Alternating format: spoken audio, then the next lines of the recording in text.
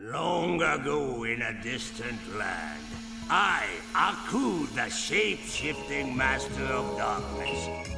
Бидний мэдхээр Aku хэмээх цаг хугацаанд үл захирагдах харанхуй чөтгөр гарч ирэн самурай Жэктэй тулалдаж түүнд ялагдахын даваан дээр түүнийг ирээдүр рүү явуулснаар энэхүү цуврал эхэлдэг шүү дээ.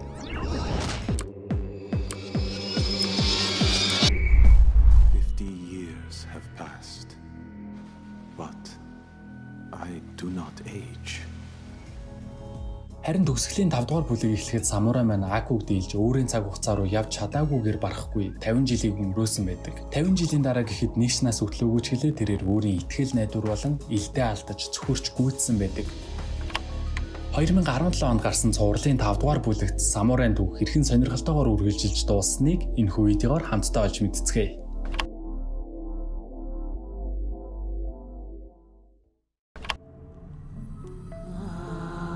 Акуг дахин шүтдэг байрын нэгэн харанхуй зайцад 7 охин төрдөг. Тэдний ээж нь Аку танд нь энэ охид хэний ч хийгээгүй үлийг гүйцэлдүүлэх болно. Тэд самурайг үгүй хийнгээд тэднийг ухаан орсон цагаас нь эхлээд бэлтгэж эхэлдэг. Бяцхан хүүхдүүд гэдгийг нь үл тоон маш хатуу чанга бэлтгэл хийлгэх ба тэдний нэгийг нь Аши гэх бөгөөд тэр бусдаас арай өөр. Цаг хугацаа өнгөрч охид том болохын хэрээр тэдний бэлтгэл улам илүү үхлийн аюултай болох хэдий ч тэд ч муу адил хүчрэх болно. Харин хооронд самурай Жак маань танигдахын аргагүй болсон байдаг. Түүнийг нэлийн олон хүүхдээ нэгэн робот ирж хөнөөх гэж байдаг ба түүнийг илдээ алдсан гэдгийг нь мэдэж орхидог. Okay, Jackie, babe, I make with the phone and call Aku. Who is this? Aku, baby. Хэдий илдээ алдсан ч хэлээ тэр хүчрэг хിവэрэ байдаг бол Акугийн дайчид сүүлчийн шалгалтаа даван самурайг хөнөөх зорилгоо биелүүлэхээр цайзаас гарна. Самурай маань цааш аяллаа үргэлжлүүлэх зур гинэт түүний замд урах байж таардаг.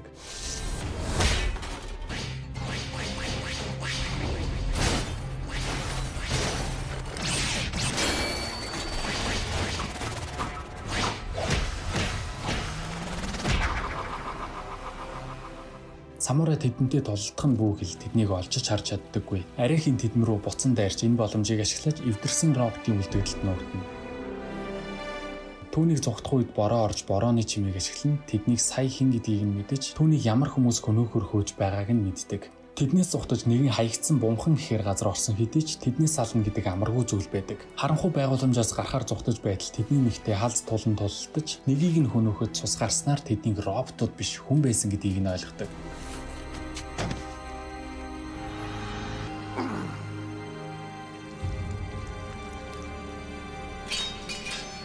Ийм шархтайгаар тэдэнтэй тулалдаж дийлнэ гэдэг мэдээж боломжгүй учраас роботоос авсан тэслэгчийнхээ тусламжтай тэндээс зугатгаар явна.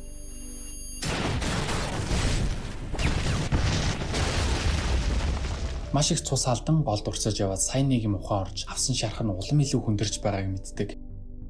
Арайхийн явсаар нэгэн агуу олж бидэн зоогдсон утгыг авч шархаа ойж байтал агуун жинхий эзэрнэ. Чон түүнтэй дайсагнсан шинжгүй байдаг ба харин ч түүнд өөрийн хоолноос илүүчилдэг.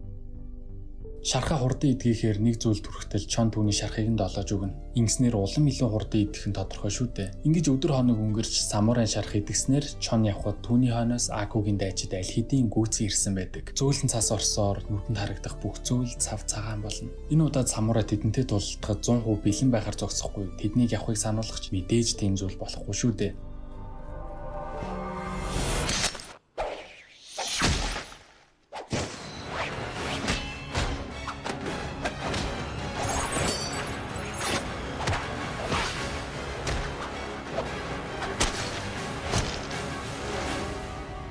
Тэднийг нэг-нэгээр нь хөнөөж дайснуудад дардаг. Модноос буун тэдний амьд эсвэл үхсэн эсгийг шалгахад нэг нь амьд байдаг. Самурай чи бол бүхнийг устгагч хорон үзүүл гэх мэтээр сайн үг огтхон ч гардаггүй ба самурай хариуд нь би биш шүү дээ. Чиний хэлээд байгаа муу зүйл чинь Аку гэсэн чир амандаа давтан түүнийг хөнөөхийг хэлсээр л байдаг.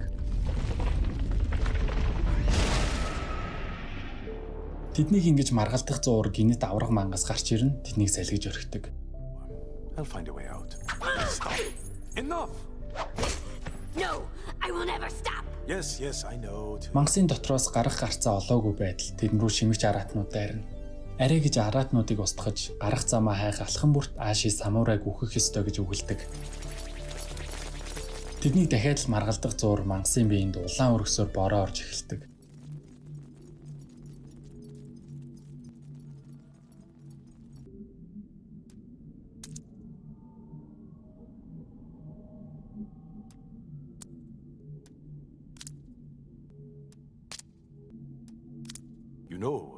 many people pay money for this. Never mind. Гарцад ойртож байх зуур Аши дахиад л түүний хөнөөхөр оролдоно. Мэдээж дахиад оролдохын алийг тэрхүү. Нийт үрлийн аврах алимшиг мангас байх бөгөөд түүний амьсгалах нүхээр нь тэд хамтдаа гарч чаддаг. Ингэхдээ ус руу хүчтэй унаж Аши ухаалцсан ч самурай түүнийг орхилгүй эрэгт хүргэнэ. Өөрийн даалгаврыг биелүүлж самурайг үгүй хийх боломж гарч ирлээ хэмээн түүн рүү ойртох зуур гэрэл цог харагдаж Аши ээжийнхээ үйлдэлийг мөн түүнд хэлсэн үгийг нь сандаг.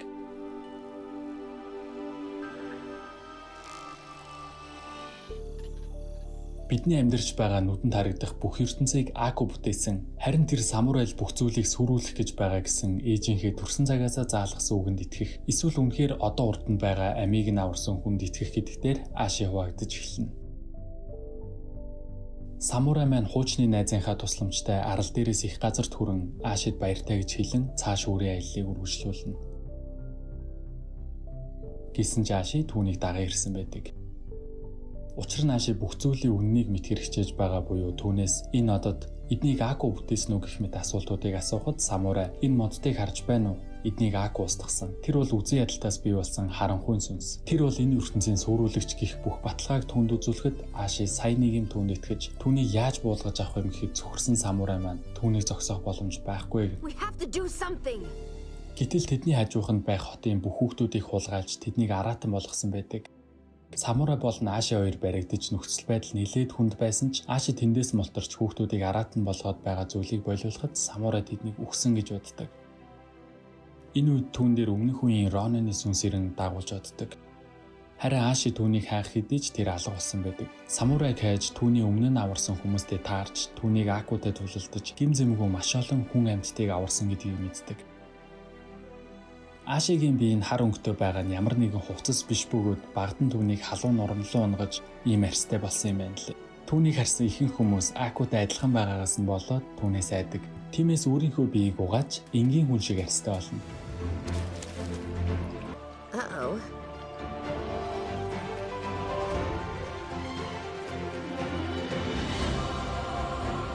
Харин үед самурай үүргээ биелүүлж чадаагүй учраас дайчны ёсоор өөрийгөө дуусгах гэж байдаг. Чи өөрийн зорилгод хүрч чадаагүйгээс болж тэдгэр хүүхдүүд бүгд өгсөн. Одоо өөрийгөө хөнөө гэхэд Аши хүүхдүүд бүгд амьд тэд зүгээр байгаа гэснээр самурай сүнсийг зогсоож Аку хөнөө өөрийн илтийг хайж болохоор болдог. Самурай дэлхий дээр байгаа сүүлийн цаг хугацааны порталд ирж өөрийн таймлайн руу буцахын даваан дээр Аку ирэн портлыг устгахад самурай маш ихээр уурлаж өөрийн удирдлагыг алддаг. Энэ үедээ тэрээр Акугийн ичидээр хуурсан бяцхан хургнуудыг хөнөөж үүнээсээ болоод санамсаргүй байдлаар өөрийн илдээ ёроолгүй мэт ангал руу унгаж орхидог. Тэрхүү ангал руу Ашигийн хамтаар явж ёроолд нь очиход түүний илд байдаггүй ба тэр илдээ санамсаргүй байдлаар алдсан биш илд түүнийг орхисон гэдгийг тэр ойлгодог. Дийш гарan самурай бясалгаж эхлэхэд Аши түүнийг хамгаална. I'm going to stop you. Why'd you stop? What's he done? It's a girl. She says she's going to stop her. What did he say?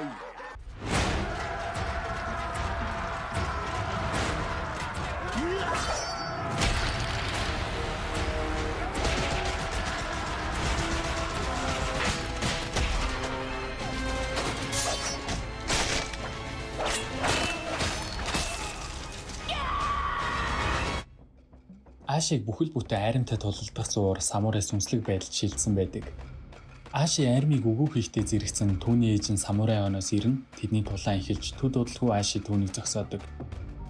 Самурай Акутай хийсэн сүүлийн тулаанд өөрийн уур хилэнгээс болж ялагдсанаа ухаарахад түүнд тайтнууд илдийг буцаан өгдөг. Өөрийн илдийг аван сэрээд Ашитай уулзахад тэр нэлээд завгүй байсан байдаг. Илдээ олсон самурай мэдээж өөрийн зорилгоо биелүүлж дайснаа дарахаар явна шүү дээ. Ихтэй эхлээд жаахийн мэдсэн дээрх нэлээд эвгүй сонио ол зардаг байрын хүн дээр ирэхэд самурай өмнө идэж байгаагүй ч гэлээ яг л өдөр бүр иддэг юм шигээ эдгээр хоолыг танилцуулж нэг сонин замаг шиг зүйлийг идэж орхидог. Please, have some. No, thank you. I'll just try something over here. I don't feel so good. Maybe it was something I ate? Yeah, that might be it. Үүний дараагаар тэд хамтдаа цөлийг гатлах унаандаа сууна.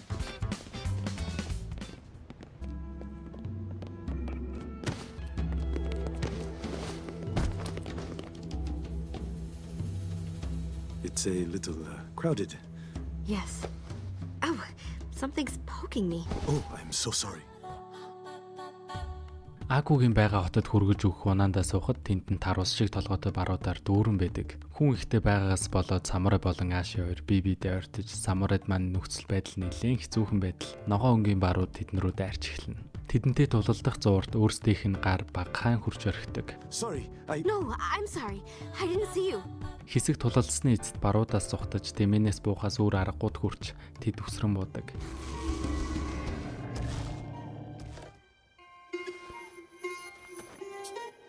Унаанаас хаягдсан хүмүүс хэдэн өдөр шөнийг алхан байж нэгэн баян бүрдэд ирж амран нарнаас хамгаалах малгай хийж өмсөд цааш аяллаа өргөжлүүлнэ. Өдөр бүр нартай байхгүй шүү дээ. Элсэн шуурган дунд арайхийн явтал нэлээд том хар өнгийн сансрын хүлэг гэхээр зүйлтэй тааран дотор нь орж үзэхэд маш том хүлэг онгоц байх бөгөөд нэг төрлийн туршилтын зүйл алдагдсан мэт байдаг. Элсэн шуурганаас хорогдох аргагүй аюултай зүйл байдаг буюу тэднэрүү нэг төрлийн жижиг цэнхэр шавжнаас үүссэн авраг мангас шиг зүйл дайраа ирэхэд арайхийн зүхтаж хүлгийн зэвсгийн өрөөнд орж өөрсдөө зэвсгэлж мөн мангасыг яаж дарахаа мэдж авдаг. Мангастай тулж зэвсгээ ашиглах болоход Жак яаж ашиглахаа мэддэггүй. Энэ үед Аши зэвсгийг ажилуулахаар оролдож байтал түүн рүү шавжнууд дайрч эхэлдэг. I can't get it to work. Ashi, you're naked. You need protection from the creature. Okay. Тэд хамтдаа хэдий сайн тулалдахч мангас тэднийг үгүй хийхийн даваан дээр зэвсэг идвэгчиж тэд сайн нэг юм аюулгүй болно.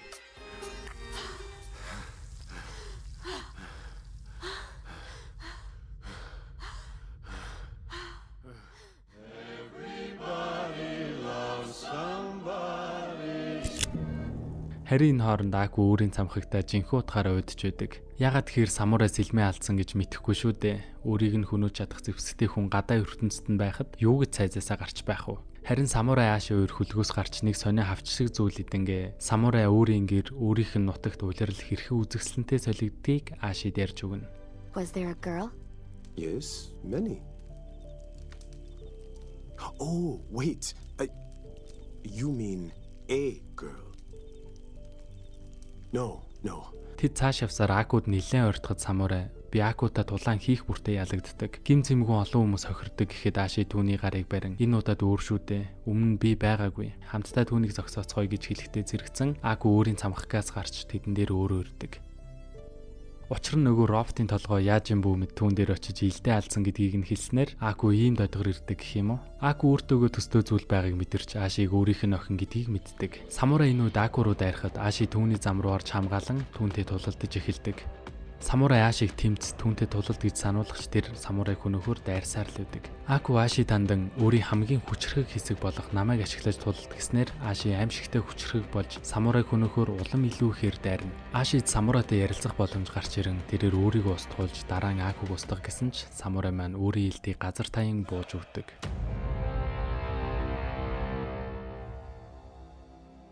Ингэснээр түүнийг Аку өөрийн шорондоо хорж ялдаа ертөнц даяар зарлаж та нарын баатар одоо үхэн надтай тэмцэх зүйл одоо юу ч байхгүй гэхэд өнгөрсөн хугацаанд самурайн аварсан Аку дарлагдж байсан бүх хүмүүс тэдэн рүү дайрч эхэлдэг. Хэдий самурайн арим хүчрхэгч гэлээ Акугийн эсрэг зогсоход хангалтгүй байдаг. Тэднийг ялагдахын даваан дээр Аши сая нэг юм Акугийн харанхуй хүчийг даван гарч түүний ашиглаж чадах бүх хүчийг эзэмссэн байдаг.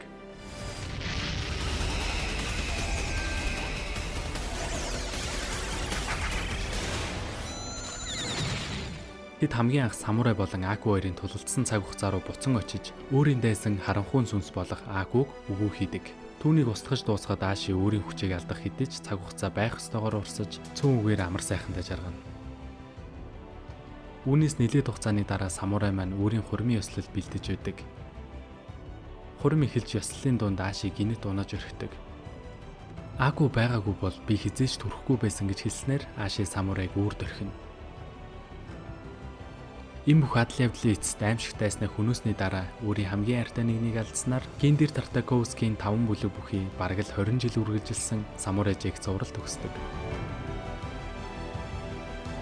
Гэхдээ нэг зүйл танд сонин санагдахгүй байна гэж үү? Аши байгаагүй бол Акуг зогсоох боломжгүй. Аку байгаагүй бол Аши оршин тогтнохгүй гэхээр цаг хугацааны парадокс юм шиг. За тэгээд энэхүү видео маань үгээр дуусч байна. Таалагдсан бол суугт маань subscribe дарахаа битгий мартаарай. Ингэснээр дараагийн видеог маань цаг алдалгүй хүлээн авч үзэх боломжтой юм шүү. Дараагийн видеогоор уулзтлаа. түр баяртай.